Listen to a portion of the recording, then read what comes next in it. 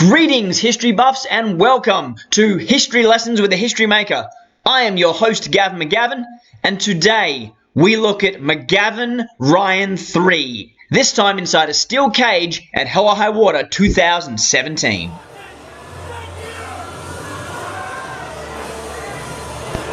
And here you see myself, Scotty Ryan, the referee and announcer Jones Good already inside this 15-foot high steel cage. Funny story, when EPW decided to get a cage made, they believed what we were told on TV, and they ordered a cage that was 15 foot high. As a result, we have one of the biggest and heaviest steel cages you will see in Australian wrestling. That thing is legit.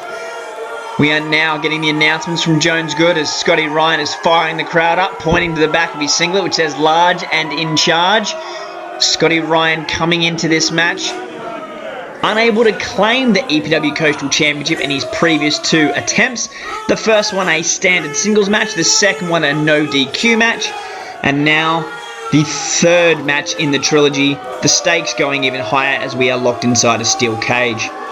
This is, of course, for both Scotty and I, our first ever steel cage match, and for both of us, our first ever EPW singles main event. This was a really big deal for us and for the Coastal Championship. The first time it ever featured in the main event of an EPW show, but it certainly would not be the last. The thing I found most surprising stepping inside the cage is how small the ring suddenly felt, how claustrophobic everything felt. Even though you can see through the cage, the fans can see you, even though the top is open and there's a door there and you're in a large building, I felt very suffocated and very locked in. Perhaps that could have been the nerves as well, but I just found it very hard to catch my breath early on as I try and escape very early. Oh, and a big chop from Scotty Ryan. It's a man who's got underrated chops, actually, Scotty Ryan, and bang! Big calf kick right across the face as well. You can see we're getting off to a pretty quick start here, and another stiff chop from Scotty Ryan. Of course, early on, I was trying to escape the cage. That's one of three ways you can win a steel cage match. You can escape over the top or through the door. You can pin your opponent, or you can make them submit. Well, as I try and scale that cage one more time, and looks like there's a full moon out tonight as Scotty bears my bare ass to the entire crowd. And as I might say, pretty decent ass there. Oh, going low, as had been very successful for me in previous Coastal Championship matches. But Scotty seems unfazed because, well, he came wearing protection. I think maybe he was a little bit used to me going low, so he was prepared for absolutely anything. And here I am explaining that I'm not going to be embarrassed. I'm not going to let it happen. And then, bang. The cricketer's box, the groin protector, the cup, straight on the face. And I tell you what, that was unpleasant. We've heard of Mr. Socko. I believe Dean Olsen referred to that one as Mr. Cocko. Of course, the use of that protection box there as Scotty Ryan tries to ram into the cage, perfectly legal, as is the steel cage itself. There are no disqualifications, there are no countouts in a steel cage match, so anything goes, as Scotty Ryan gives me a nasty neck breaker there. 1, 2, and no, it's going to take a lot more than that to wrestle the Coastal Championship away from me. It's a very punishing and unforgiving environment in the steel cage. One thing that a lot of people don't realise, unless you've been in one of these matches, is how often you catch yourself on that cage doing the simplest of things. Just running off the ropes and hitting the ropes overly hard will usually shoot your back into the cage, as it actually did for me there.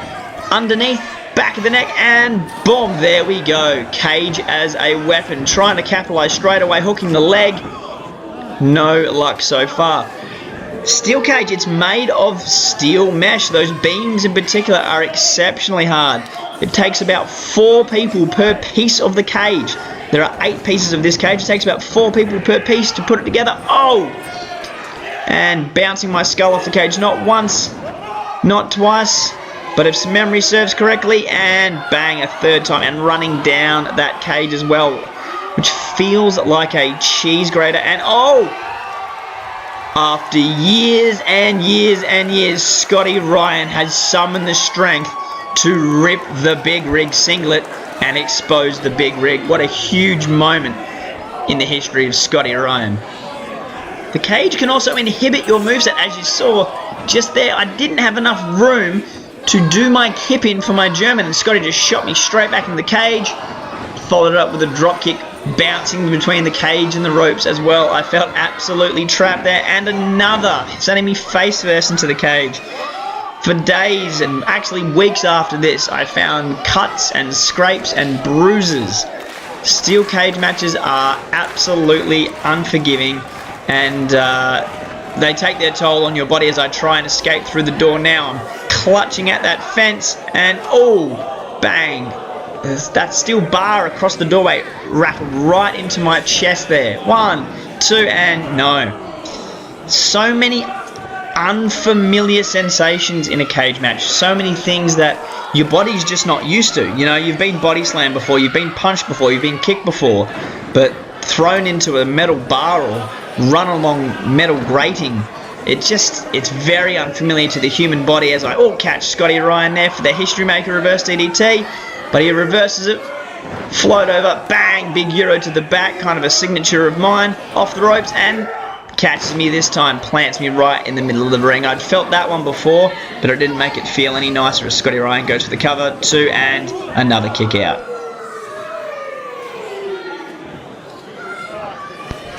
Fun fact about Gavin McGavin, the real wrestler: I'm not actually a huge fan of cage matches. They've never really captured my interest that much. Oh, I tell a lie, I think I did used to enjoy them, but then they happened so often that I just felt like I'd seen everything there was to see in a steel cage match. So when I was tasked with wrestling in one, I was a little bit cautious.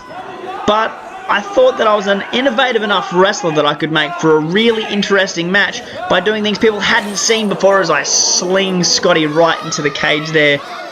Another criticism wrestlers get in cage matches is, why do you take so long to climb the cage?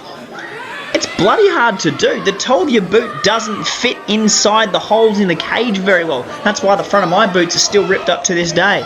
And plus, every time you try, someone is trying to rip you off the cage, as I am here now, trying to German Scotty Ryan off the top rope, hammering into his back. There are so many things working against a successful climb to the top of the cage, which is why sometimes people go for the door instead. But anytime you try and escape, someone is there to put the brakes on and to stop you or to slam your head straight into the cage. There is never a moment of safety, as, oh, bang! Huge big German suplex off the top of a cage. Surely that's got to be it. 1, 2, and whoa. Sorry, I misspoke there. Not off the top of the cage, off the top rope. If it had been off the top of the cage, I think that would have definitely been it, possibly for both of us and possibly for the rest of our careers.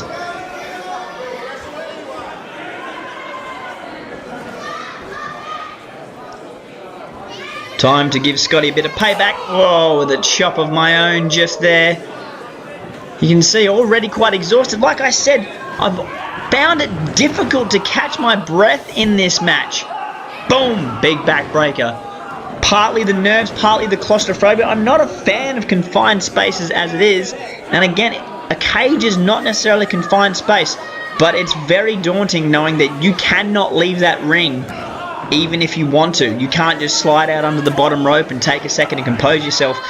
You're locked in there, and it gives everything that happens in the match this real sense of immediacy, that your opponent is always maximum one width of the ring away, and he's ready to punish you or throw you into the steel cage or pull you off the top of it or do something to you that's going to cause quite a bit of physical pain, such as a big back body drop. Cage matches are a very unique beast, and I did not know what to expect.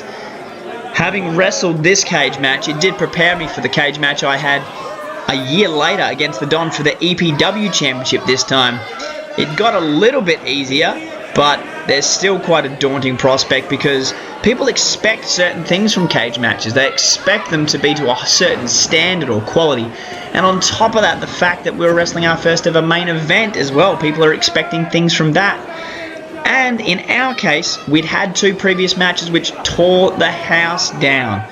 so people were expecting great things between us. So the combination of it being a cage match, it being a main event, and it being the third in a series of great matches, we were really expected to absolutely blow the roof off Cyril Jackson as I'm sent scratching down the steel cage again. The expectations were high, but I can proudly say that we met them, and I think even exceeded them, with this cage match picking up not only the fan-voted Match of the Year plaque, but also the wrestler-voted, the peer-voted Match of the Year trophies at our own private awards ceremony. This match really bolstered the resume and trophy cases of both Scotty Ryan and myself as we battled on top of the cage. Scotty Ryan blocking until a big rake of the eyes there, perfectly legal in a cage match. I think I'm pretty clever until, oops! Scotty Ryan bumps into the rope and I go balls first onto it. Geez, I really wish I had some of the protection that Scotty had. Unfortunately, now I'm singing a little bit higher than I was at the start of the match as Scotty once again goes to scale the cage. Turns back and you can see that I'm already getting back to my feet. He doesn't quite have enough time to make the climb, so decides to give me a big shotgun dropkick instead, which sends me right across the ring and I slump in the far corner. That one knocked the wind out of me. I am absolutely floored right now. You can see that it took quite a lot out of Scotty Ryan as well. And that's the other thing that happens when you get yourself into these sorts of matches, and indeed when you get yourself into main event matches, you find yourself doing things that you wouldn't normally do, putting your body on the line that little bit more. You kind of get G'd on by the hundreds of people in attendance screaming and baying for blood and pushing you on to do something more spectacular than you ever had before as I do my first ever kip in Chaos Theory. 1, 2, and kick out. That was one of those moments I was just talking about. I have never executed that move before in my life. I don't know what inspired me to do it then, but I just jumped in, rolled, and lifted Scotty high in the air and brought him crashing right down the back of his head. But to his credit, he was resilient enough to kick out. Now, I've always been of the sound philosophy that if something works once, do it again, as I hook Scotty Ryan up for another German suplex, but I don't think Scotty wants to get Germaned again. He's already had one off the top rope, and now the Chaos Theory as he switches and tries for a German of his own. And bang! Oh! Previously, Scotty and I had both been sent face first into the mesh paneling of the cage, which is not pleasant, as I inform the crowd that Scotty, I am not locked in the cage with Scotty. He's locked in there with me. As I said, so previously both Scotty and I in this match have been put face first into the mesh, which is scratchy and painful and annoying. But that time there, Scotty Ryan's head missed the paneling on either side and went straight into those two metal poles that join the pieces of the cage. Those are solid steel pipes. They are very hefty indeed.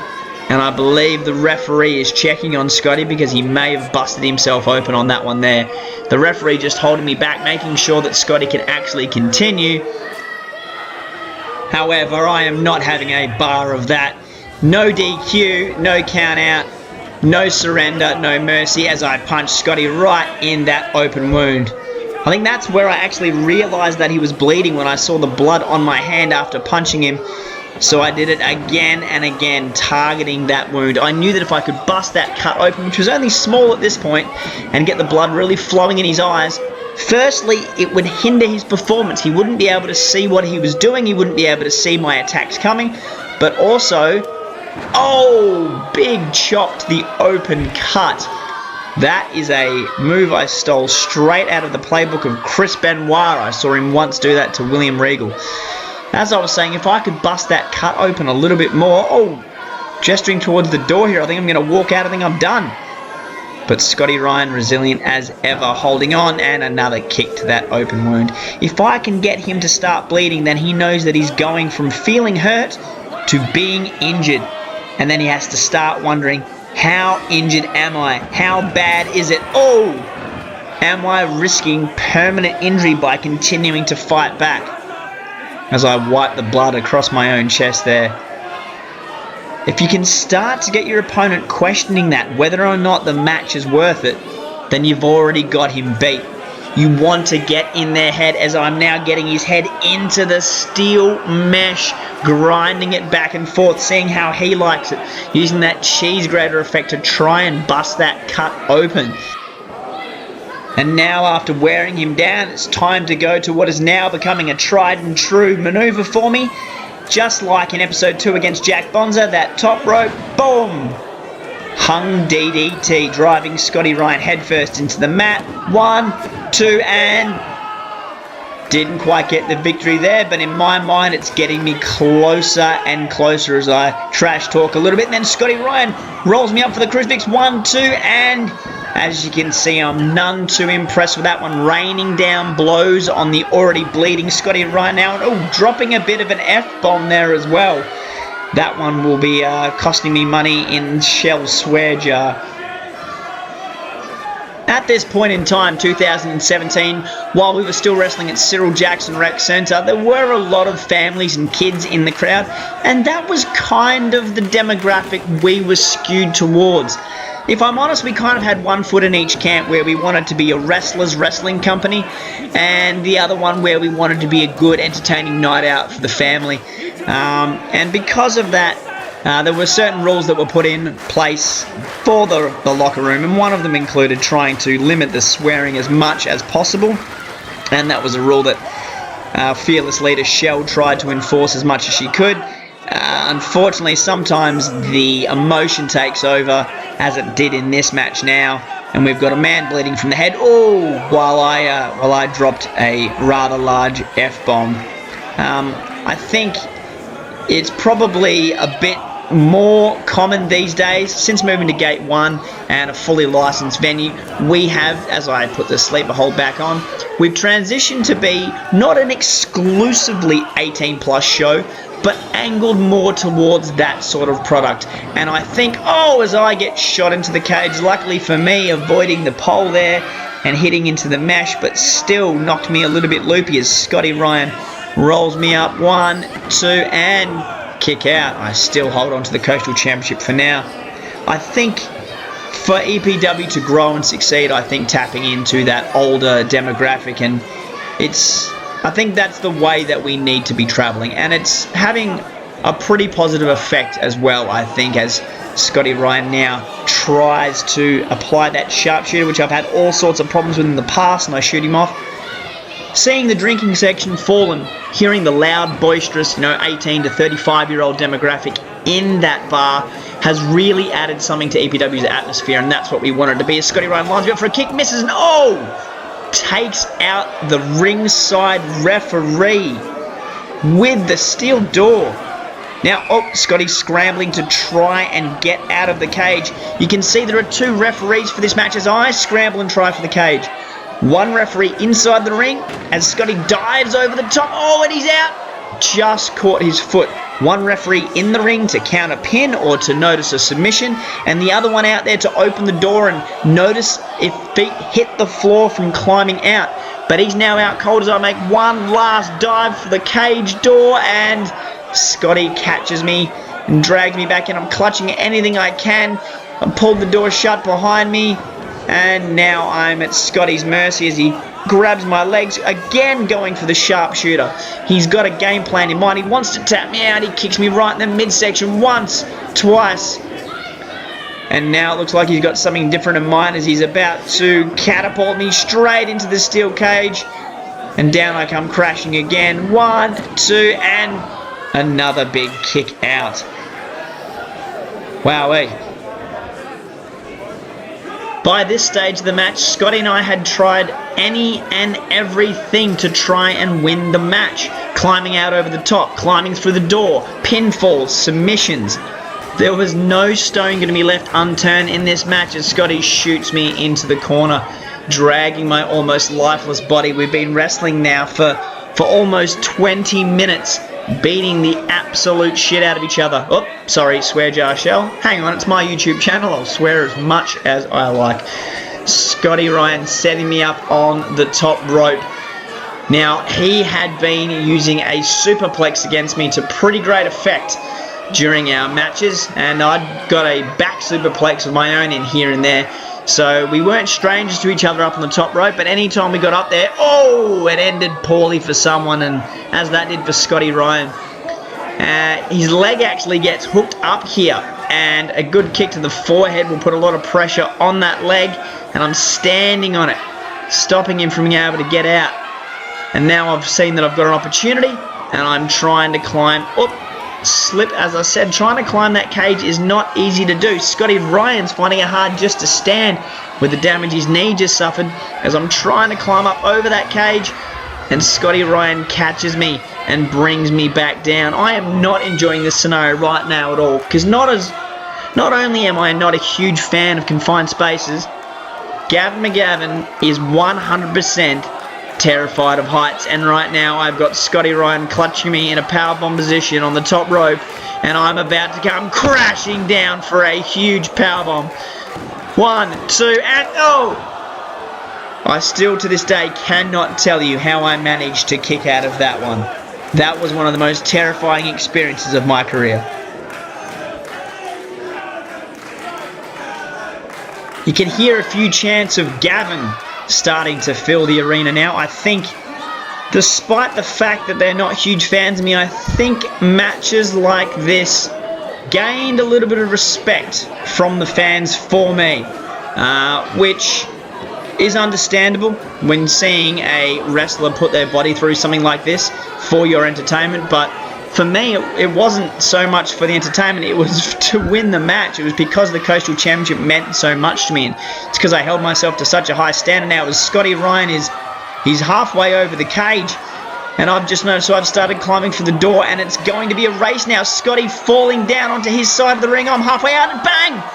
Scotty kicks the steel cage door right into my head. Now all he has to do is drop down to the floor, and he will be the EPW Coastal Champion. But he's hesitating. He's just shaking his head. He's now climbing towards the corner of the ring, and he's starting to climb back up.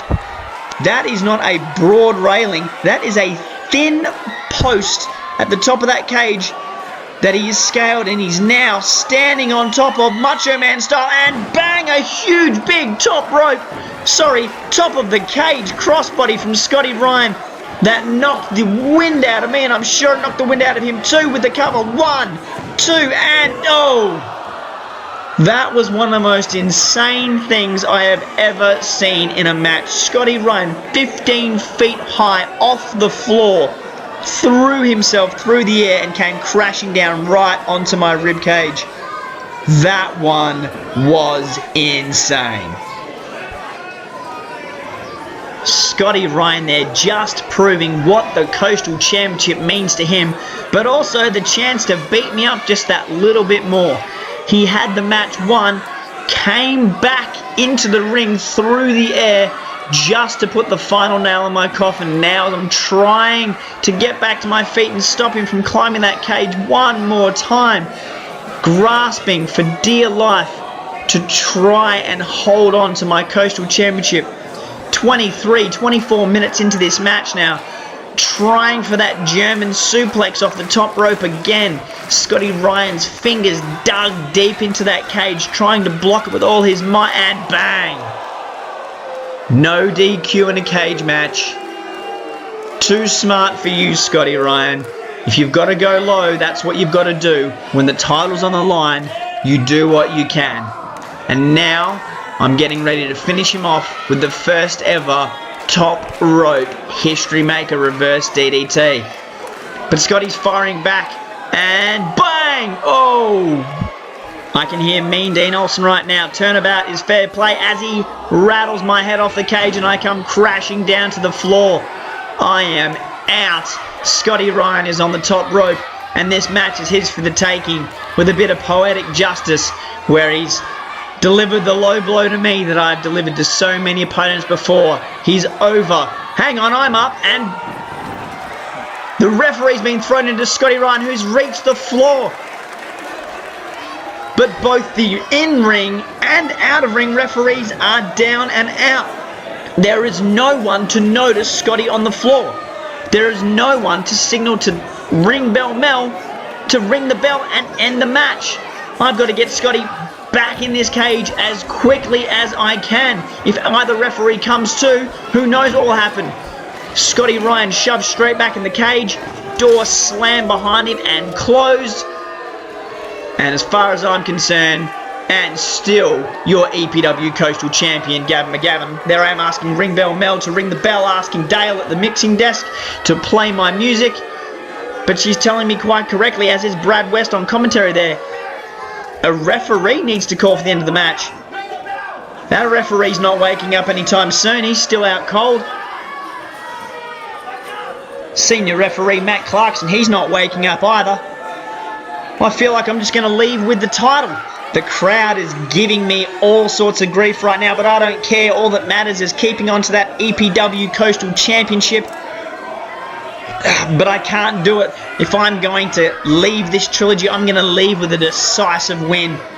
So I decide to head back in the cage. I step straight past referee Willie Thompson, throw the Coastal Championship inside, and march straight over to the senior referee, Matt Clarkson, slap him right across the face, and admonish him for not declaring me the winner. I was outside. My feet were on the floor. Scotty Ryan was inside. The match was mine.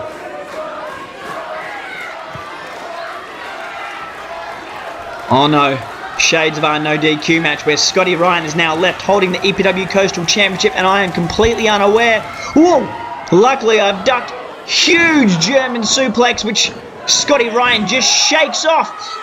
Huge German suplex of his own, followed up by a massive lariat that turned me inside out. Scotty is an absolute house of fire now, but I think he's used every last ounce of energy that he has. Him crawling to the ropes, me crawling, dragging myself up on the referee. Scotty Ryan lining me up for another lariat, and bang! Oh! The Coastal title bounced off his skull. I drape an arm over. This is it, ladies and gentlemen. 1, 2, and no! Scotty Ryan has kicked out after being belted across the head with the EPW Coastal Championship. And I cannot believe it.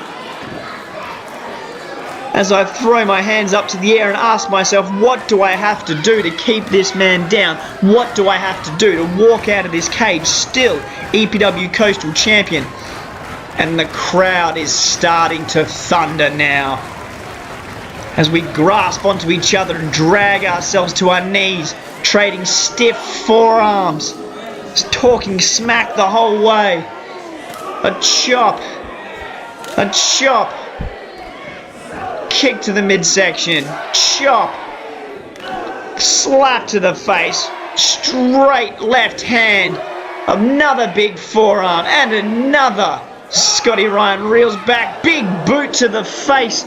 We are out on our feet, just trading huge shots. Scotty ducks the line, tries for a German, eats a couple of elbows. I duck Scotty's line, hook him up for the suplex, he floats over. Oh, it's the backstabber! So huge I land back on my feet. Double leg.